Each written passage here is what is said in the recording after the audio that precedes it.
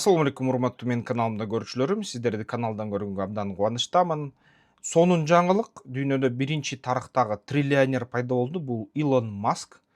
Бул расмий триллионер.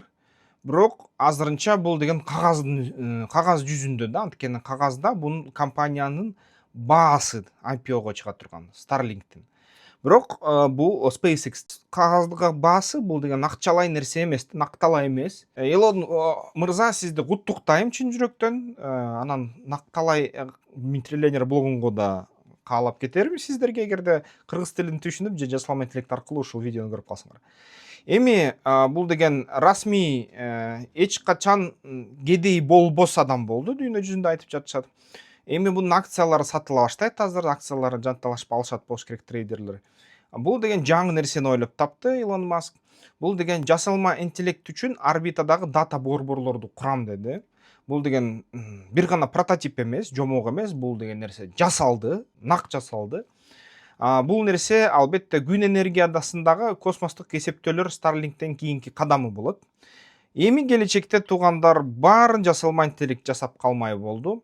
Биздин маселелерибизди чечет, рак дабасынан, дартынан даба табат да. Анан албетте ошол жасалма интеллект бүт ошо экономист, юрист, бүт жанакы котормочу, маклер, банктагы жумушчу баарын эшикке айдайт, жумушсуз калтырат. Бул албетте акырындап да, тез эмес. Бир жерде эгерде бул болуп кетсе, бир жерде жок. Мисалы үчүн Кытайда атайын мыйзам кабыл алышты. Кытайда массалык түрдө элдерди көчөгө айдап ишти да. Жаш балдар эмне кыларын билбей, жасалма интеллектти кайра эле колдонуп эле жалгыз кишиден турган ишканалар жасай башташты. Анан ушун расмий түрдө ушундай жалгыз ишкерден турган ишканалардын саны 600 миңге чейин чыгып кетти деп айтып жатышат бүгүнкү күнү. Анан ошону тез ушуну каттап атышат, балдар иштеп жумуш табабыз деп. Өзүнүн компанияларын ачып атышат, өзү жалгыз иштеп да, жасалма интеллект көп маселесин чечип атат. Анан эми Илон Маск айтат, миллиондогон роботтарды жасайм дейт, жерге ошо Оптимусту жасайбыз дейт. Жерге ар бир үйгө алып келебиз, миллиарддаган ошо бир 2-3 миллиард робот жасайбыз дейт. Анан ага да жасалма интеллект керек дейт, анткени үйрөнүш керек дайыма. Анан эң кызыктуусу, жасалма интеллект видео жасайын десең дипфейк видео жасайт да. Сүрөт тартам десең сүрөт тартат. Бирдемке мындай чыгарма жазып бер десең чыгарма жазып бер, китеп жазып бер десең китеп жазып берет да. Анан ошонун баары кийин азыр айтып атышат, жасалма интеллект күнүмдүк турмушубузда биздин ар бир адамдын өзүнүн баягы мындай кызматчысы болуп калат деп атат да. Анан албетте бул жасалма интеллект дата центрлер аябай көп ресурстарды жейт. Сууну талап кылат, анткени муну муздатыш керек, буулантат да сууну. Электроэнергияны дүйнөдөгү бүгүнкү күнү канча электроэнергия чыкса, ошонун жарымын жасалма интеллект жей баштады деп айтып жатышат. Ошол адамзат чыгарган электроэнергиянын 2-3 эсе керек көлөмү жасалма интеллект иштеш үчүн. Ошон үчүн эгерде бизде ГЭСтер жана күн станциялар көп чыкса, биз сата алмакпыз да ошол энергияны жасалма интеллектке жана дата центрлерди камсызданга. Бирок Илон Маск айтат, жок, мен жаңы бир башкача ойлоп таптым. Менде эң чоң дүйнөдөгү ракета бар. Falcon Heavy жана Starship бүгүнкү күндө эмеден да чоң да, Saturn 5тен Айга чейин алып барган космонавттарды, ошондон да чоң болду. Анан бул кандай долбоор да Илон Масктыкы? SpaceX Илон Маск XAI менен биргеликте. XAI деген микрочипти жасашты. Nvidia'га каршы да, эми Nvidia менен биз конкуренция кылбайбыз дейт, бирок XAI деген чип ошол дата центрдин өзөгү болот да, компьютер. Майда, мындай айтканда компьютер да, сервер. Аны спутниктерге тагат экен көп көлөмдө. Спутник дата борборлору иштеп чыгууда гана эмес, прототиптери гана эмес, жасап атышат, сериялык өндүрүшкө киргиздим деп атат Илон Маск. Жасалма интеллектти окутуу жана аны менен баягы иштетүү үчүн ага албетте микрочиптердин иштөөсү керек, буга электроэнергия керек. Анын баарын түз орбитага жайгаштырам, спутниктер менен атып дейт асманга. Жөнгө салуучулардын өтүнмөлөрүн берилди, баягы регуляторлор бул деген мамлекеттер, ошо НАСА, ошо АКШнын өкмөтү уруксат берди буга толугу менен. Алгачкы дизайндар көрсөтүлдү, сыналды деп айтып жатат. Анан энергия жетишсиздигин кантип чечет Илон Маск? Күн энергиясын алат, жердеги ошол дата борборлор электр тармагынын чегинде талкалууда. Биз ушунча электроэнергия чыгара албайбыз. Орбита бул маселени чече алат да өзү. Анан суу жана муздатуу, жерде ысык билесиңер, күн тийсе ысып кетет баары, космоста болсо нөл да, -276 градус да, мындай айтканда бул абсолюттук нөл. аябай муздак да асманда. Ошон үчүн ушул асмандан муздатуу эң сонун болот дейт. Атайын радиаторлор иштеп чыгыш керек ал үчүн. Жерде жылытууну чыгаруу үчүн сууну чоң чыгым кетет. Анткени жерде мына суу менен мындай муздатат, а суу болсо бууланып кетет. Абдан көп техникалык суу керектелет экен да ошого. Анан жер жана коомчулук жер тилкелерди алгууга кымбат түшөт. Аны сатып алганда кымбат.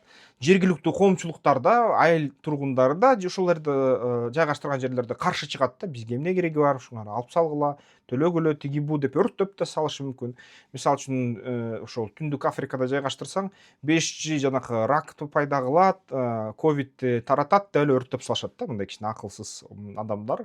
Аякта билим берүү системасы начар болуп атат да ошо көп өлкөлөрдө. Анан тургундардын каршылыгы болот, албетте. Анан же болбосо Илон Маск триллионер келди десе, анда жер тилкесин бир ошондой станцияны орнотууга заматта эле баасы миллиондордо чабат да, чапчыйт.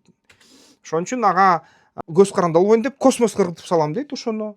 Космоско учат дейт, кантип иштейт карасак.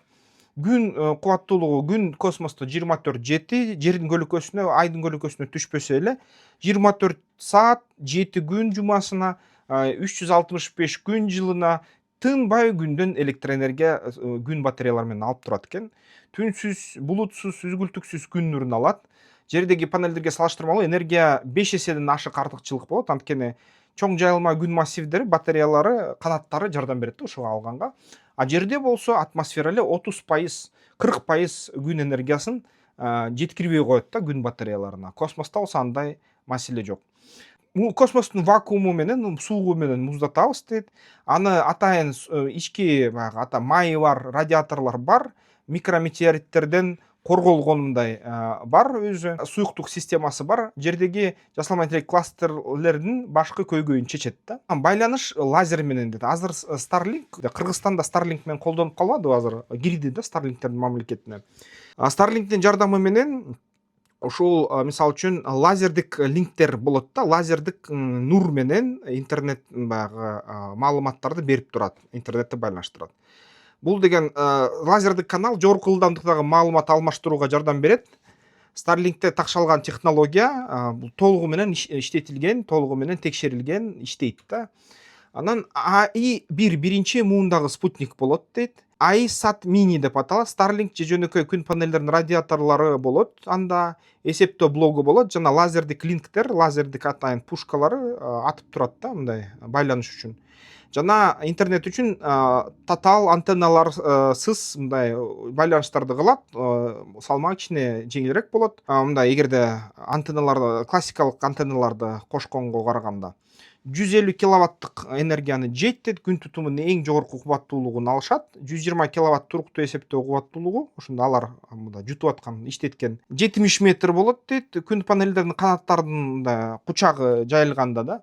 Анан 110 метр радиатордун аянты дейт, квадрат. 110 метр квадрат бул эмнени билдирет? Бул деген мындай рекурсияланган кластердик мындай система. Бул деген мындайдан караганда радиатор билесиңер да, анын сырткы чачы ушул метр квадраты ушундай татаал болот. Аны мындай оруп салат да, мындай бир кызыктай форма дизайн кылгандан кийин ошондой радиаторлор анан иштешет. Мындай 110 метр квадрат дегени менен кичинекей эле болот да ал нерсе. Анын дизайн коомчулукка көрсөтүлдү. Кагаздагы гана концепт эмес болуп атат. Масштабтагы жана пландар.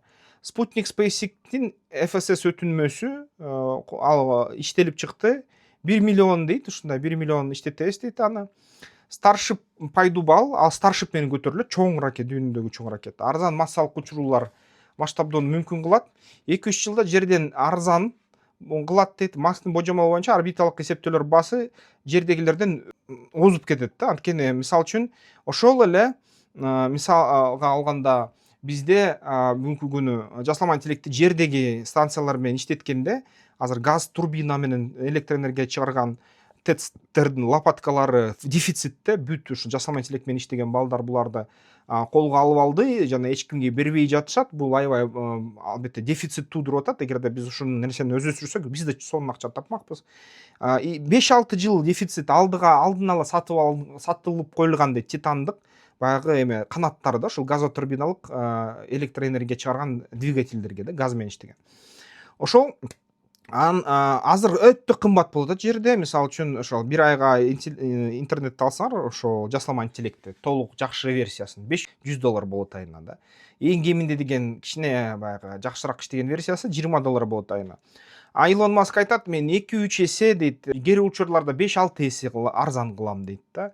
Ошондо $1 менен кийлеген дүйнө жүзүндөгү бүт компьютерлердин күчүнүн кубаттуулугун телефонуңа же компьютериңе аласың дейт да. Анан мен силерге ошону сатам дейт Илон Маск.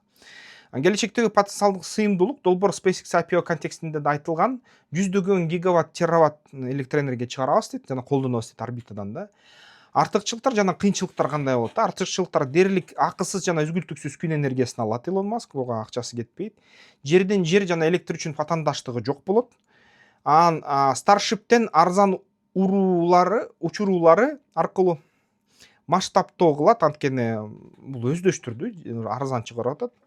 Анан Starlink'тин логикалык уландысы болот, интернет жана жасалма интеллект эсептөөлөрүн. Бирок кыйынчылыктар да бар, аны сынагандар да бар. Мини версияны да эгебейсиз өлчөмү Starship керек. Бир Falcon Heavy менен чыгара албайсың, бир да дүйнөдөгү ракет чыгара аласың Starship'тан тышкары. Бир Starship'ке көп батпайт. Космостогу жылуулук чыгаруу радиациясы жана чиптердин ишенимдүүлүгү күмөн санап турат. Космостогу радиация чиптериңди бузат дейт. Илон Маск айтып атат, мен муну ойлодум, алдын алдым дейт, бирок көрүш керек да, аны сынаш керек. Айрым тапшырмалар үчүн кечигүү дейт. Баягы мындай бүгүнкү күнү NASA бүт ушул Илон Маск учууларын арендага алып койгон. Кечигип атасың дейт. Башка маселелерди чыгара албайсың, белгисиз дейт. Космостук таштандылар орбиталарды координациялоо, жөнгө салуу, экономикалык да далилдөө керек дейт. Кантип ошол космостогу таштандылардан арылтасың дейт, спутниктерден такалып турса. Жер азыр кирде, орбитада бир нече мусор учуп жүрөт, бирок аралыктар чоң да, алардын ортосунда килейген. Бирок ошондой болсо да кээ эле мусорлор такалат да. Анан бирок Илон Маск айтат, такыр камсанабагыла, такыр коркпогула, баарын ушуну жасайбыз, баарын эске алдык дейт. Технология негизинен Star версия 3-үнө байланган, такшалган. Эгер Starship талаптагыдай иштесе, орбиталык дата болборлор тарыхта эң масштабдуу космостук долбоордун бири болуп калышы ыктымал. SpaceX XI жаңылыктарын көзөмөлдөп туралы туугандары Илон Маск байкеге ошо чоң мындай ийгилик тилейли. Глобалдык интернеттен глобалдык жасалма эсептөөлөргө өтүп баратат адамзат. Мен деген чынын айтсам, аябай ичим күйүп турат да. Мен кээде айтам, эмнеге кыргыздар биз ошондой нерселердин артта калабыз да, эмнеге биз алдыда жүрбөйбүз, эмнеге бул биздин киши эмес да, эмнеге биздин мамлекетте, биздин жергебизде ушунча таланттуу инженерлер, балдар чыкпайт да. Бизде борьба, акындар чыгат жакшы, аябай сонун адамдар чыгат, бирок инженерлер аз да, инженерлер тим эле саналуу да. Эмнеге бизде ошондой долбоор аткарылбайт деп кейим да, анан аябай кыялданам да, бир күнү ушундай нерсе болуш керек деп. Бир күнү ушундай нерселер жасашыбыз керек. Эми балдарды тарбиялайбызбы? Балдар балким жасайбы, өзүбүз баягы карып баратабыз, качан чач агарып, качан өзүбүз жасайбыз билбейм. Акылыбыз дагы жетиш керек да, ийкемдүү болуш керек аны үйрөнүш үчүн. Балдарга эми үйрөтөлү да, бирок мен аябай мындай биз да ушинтсек, биз да ушул цивилизацияга кошулсак, биз да ушундай нерселерди жасасак кана деп аябай тим эле мындай. Бирок Илон Маск байке үчүн өтө сүйүнүчтөмүн да. Ушундай кишилер, ушундай адамдар адамзатты алдыга жылдырып, сак кылып, саламат кылып, сонун иштерди кылып жатышат. Сиздер кандай ойдосуздар? Сиздерде кандай пикирлер бар? Комментарийлерге жазгыла. Сиздер менен Искендер Шаршеев болду, саясаттануучу, экономист. Бизнес план жана теолорду жазуу боюнча адис. Ошон үчүн силерге тео же бизнес план керек болсо, биз 3 тилде жазабыз: кыргызча, орусча, англисче. Биз деген эл аралык стандарт менен жазабыз, жергиликтүү биздин банктардын стандарты менен жазабыз, талаптар менен. Фонддордун талаптары менен жазабыз. Ошол документтерди, бул документтер акча алганга керек. Кээ учурда ишкерге өзүнүн жолун түшүнгөнгө, базарды изилдегенге керек да. Ошон үчүн сүрөттөмөдөгү телефон, WhatsApp аркылуу биз менен байланышкыла, баарлашалы, сүйлөшөлү, сонун кылып документтер жазып беребиз. Ошо менен бүтөлү. Эмки видеолордо көрүшкөнчө комментарий жазгыла. Силерде мендегидей сезим болуп атат, ызалануу, кыялдануу, ушундай каалоо, Кыргызда ушундай болсо сонун болмок дегендер айткыла.